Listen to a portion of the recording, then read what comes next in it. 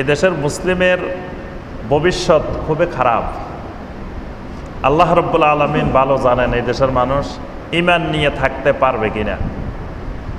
অসংখ্য বাতিল ফেরকা, ঈমান বিধ্বংসী ফেরকা, মানে ফিকহি মাসালা মাসাইলের ইখতিলাফ না, ঈমানগত ইখতিলাফ, এরকম ঈমান ধ্বংসকারী বিভিন্ন ফেরকা বর্তমানে গোপনে গোপনে বাংলাদেশে দাওয়াত দিয়ে যাচ্ছে। তন্মধ্যে অন্যতম একটা হলো আহলে কোরআন। বাহ্যিকভাবে আপনার আহলে কোরআনের কোনো নেতা নাই, দল নাই, কিছু নাই। দেখছেন কোনো জায়গায় যে উনি আহলে কোরআনের আমির বা আহলে কোরআন নামে কোনো দল আছে বা আহলে কোরআন কোনো আলেম বাংলাদেশে আজ পর্যন্ত শুনছেন তিনি বলছেন যে আমি আহলে কোরআন?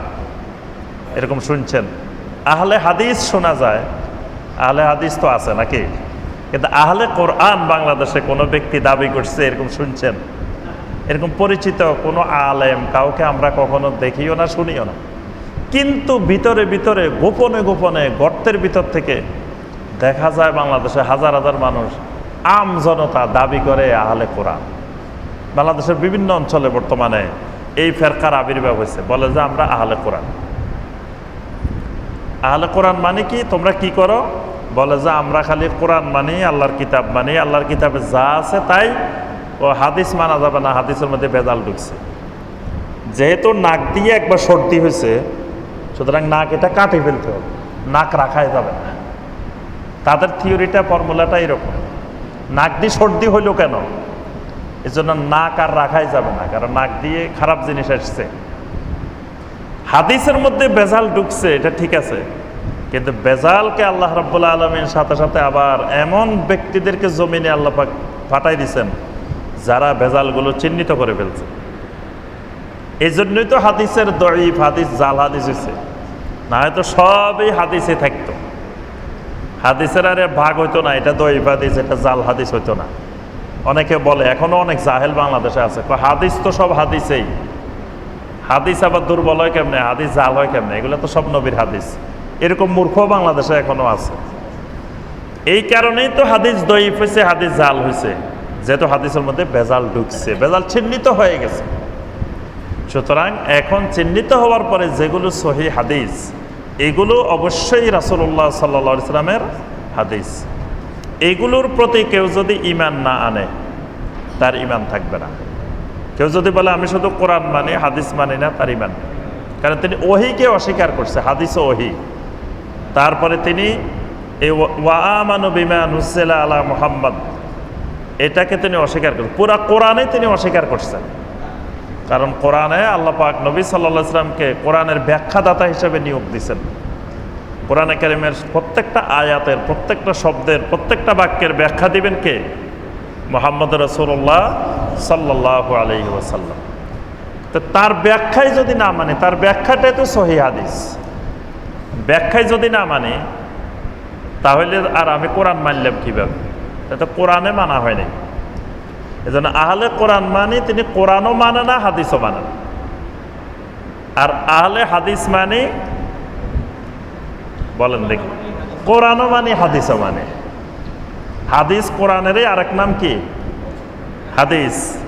আল্লাহ পাক কোরআনে কারিমে অসংখ্য জায়গায় কোরআনকে হাদিস বলছেন। তাহলে যিনি বলবেন যে আমি হাদিসের অনুসারী, তার অর্থ হলো তিনি কোরআনেরও অনুসারী, সুন্নাহরও অনুসারী, হাদিসেরও অনুসারী, সবগুলোর অনুসারী। আর যিনি বলবে আমি আহলে কোরআন, তিনি কোরআনেরও অনুসারী না, হাদিসেরও অনুসারী না। কারণ কোরআনের অনুসারী হইলে কোরআনেই তাকে বাধ্য করে হাদিস মানতে।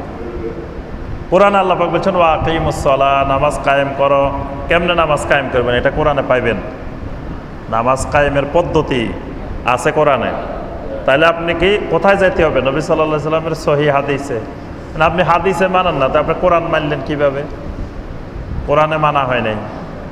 কোরআনে বলছে ওয়া আতুজ যাকাত, যাকাত আদায় করো। কেমনে যাকাত দিবেন? কয় টাকা হইলে যাকাত দিবেন, কিভাবে দিবেন, এসব সিস্টেম কোরআনে আছে। কোরআন বলছে হজ করো, ওয়া আতিমুল হাজ্জা ওয়াল উমরাতা লিল্লাহ। কেমনে হজ করবেন শিখাই দিবেন কে? আল্লাহ রাসূল সাল্লাল্লাহু আলাইহি ওয়াসাল্লাম। কোরআন বলছে কুতিবা আলাইকুমুস সিয়াম, কেমনে সিয়াম পালন করবেন। আহলে কোরআনেরা সিয়াম পালন করতে যায় কি করে জানেন? সূর্য অস্ত গেলে ইফতার করে না। রাত হলে সূর্য অস্তের আরো 1 ঘন্টা পরে ইফতার করে। আল্লাহ পাক বলছেন সুম্মা আতিম্মুস সিয়ামা ইলাল লাইল, তোমরা রাত্রি পর্যন্ত সিয়ামকে পরিপূর্ণ করো। সূর্য ডুবলে তো রাত হয় না, আরো 1 ঘন্টা পরে রাত। এই জন্য তাদের ইফতার হয় আরো 1 ঘন্টা পরে। হাদিস তো মানবে না, ওই কোরআনে আছে সুম্মা আতিম্মুস সিয়ামা ইলাল লাইল। এখন ইলাল লাইল মানে শাব্দিক অর্থে রাত্রি, কিন্তু এই লাইলের ব্যাখ্যা দিবেন কে? মুহাম্মদ রাসূলুল্লাহ সাল্লাল্লাহু আলাইহি ওয়াসাল্লাম। তিনি ইফতার করছেন সূর্য ডোবার সাথে সাথে, তিনি নির্দেশ দিচ্ছেন সূর্য ডুবে, তাহলে লাইলের অর্থ তিনি ব্যাখ্যা দিচ্ছেন যে এটা সূর্য ডুবলে লাইল হয়ে যায়। কিন্তু আহলে কোরআন বলে নবী সাল্লাল্লাহু আলাইহি ওয়াসাল্লাম হাদিস মানবে না, ব্যাখ্যা মানবে না, এই জন্য রাত হলে ইফতার করবে। এটা হলো দিনকে নিয়ে শয়তানি করা। সালাত আদায় করে 3 বার, আমরা 5 বার সালাত আদায় করি না, তারা সালাত আদায় করে 3 বার। কারণ কি? কোরআনে 3 বার নামাজের কথা আছে, 5 বারের নামাজের কথা কোরআনে নাই। এইভাবে সম্পূর্ণ আল্লাহর দ্বীনকে তারা পরিপূর্ণ বিকৃত করে ফেলছে। এটা হলো একটা বাতিল ফেরকা। আরেকটা বাতিল ফেরকা মারাত্মক, হিজবুত তাওহীদ, এরও দ্বীন বিকৃতিকারী, ঈমান বিধ্বংসী আরেকটা বাতিল ফেরকা। এবং এই ফেরকাটাও নিজেদের মন গড়া নিজেরা ব্যাখ্যা দেয়, আর কোরআন সুন্নাহর ব্যাখ্যা যারা দেয় তাদেরকে তারা ধর্ম ব্যবসায়ী মনে করে। তারা বাংলাদেশের আলেম ওলামাদেরকে, যারা ইসলামের অনুসারী, তাদের সবাইকে তারা মনে করে এরা ধর্ম ব্যবসায়ী, তারাই একমাত্র এই দেশে দ্বীনের কাণ্ডারি। এই জন্য তারা বর্তমানে, এটা সরকারের নিষিদ্ধ ঘোষিত দল, কিন্তু সেটা এখন জোরে সোরে আপনার সমাজে জোরে সোরে কাজ করতেছে। অনেক মূর্খ ভাই বোনেরা দেখা যাচ্ছে এই হিজবুত তাওহীদে ঢুকতেছে।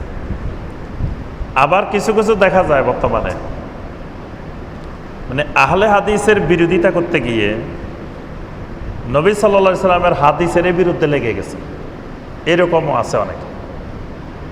আপনি আহলে হাদিসদেরকে পছন্দ করেন না, ভালো কথা, নাও করতে পারেন, আপনার কাছে ভালো লাগে না, ঠিক আছে, কিন্তু নবী সাল্লাল্লাহু আলাইহি সাল্লামের হাদিসের তো বিরোধিতা করা যাবে না। হাদিসের বিরোধিতা করলে তো আপনার ইমানে নাই। আহলে হাদিসের বিরোধিতা করলে তো ইমান যাবে না, এটা আমরা বলতেছি না। আপনার কাছে ভালো লাগে না আহলে হাদিসদেরকে, ঠিক আছে, আপনি আপনার মতো থাকেন, আহলে হাদিসেরা আহলে হাদিসের মতো থাকুক। আপনার মসজিদে যাই তো আহলে হাদিসেরা আপনারা বাধা দিতেছে না, বা আপনার মাহফিলে বাধা দিতেছে না, আপনিও তাদেরকে বাধা দিবেন না, আপনাকেও তারা বাধা দিবে না। তারা তাদের মতো করুক, আপনি আপনার মতো করেন। কিন্তু তাদের বিরোধিতা করতে গিয়ে নবী সাল্লাল্লাহু আলাইহি সাল্লামের হাদিসের বিরুদ্ধে লেগে গেছে, এইরকমও আছে। কেউ কেউ বলে নবী সাল্লাল্লাহু আলাইহি সাল্লামের হাদিস মানা যাবে না, মানতে হবে কি? সুন্নাত, সুন্নাহ মানতে হবে, হাদিস নাকি মানা যাবে না। এইটাও আরেক বড় ধরনের গুমরাহি কথা। হাদিস, প্রত্যেকটা সহিহ হাদিস মানতে হবে।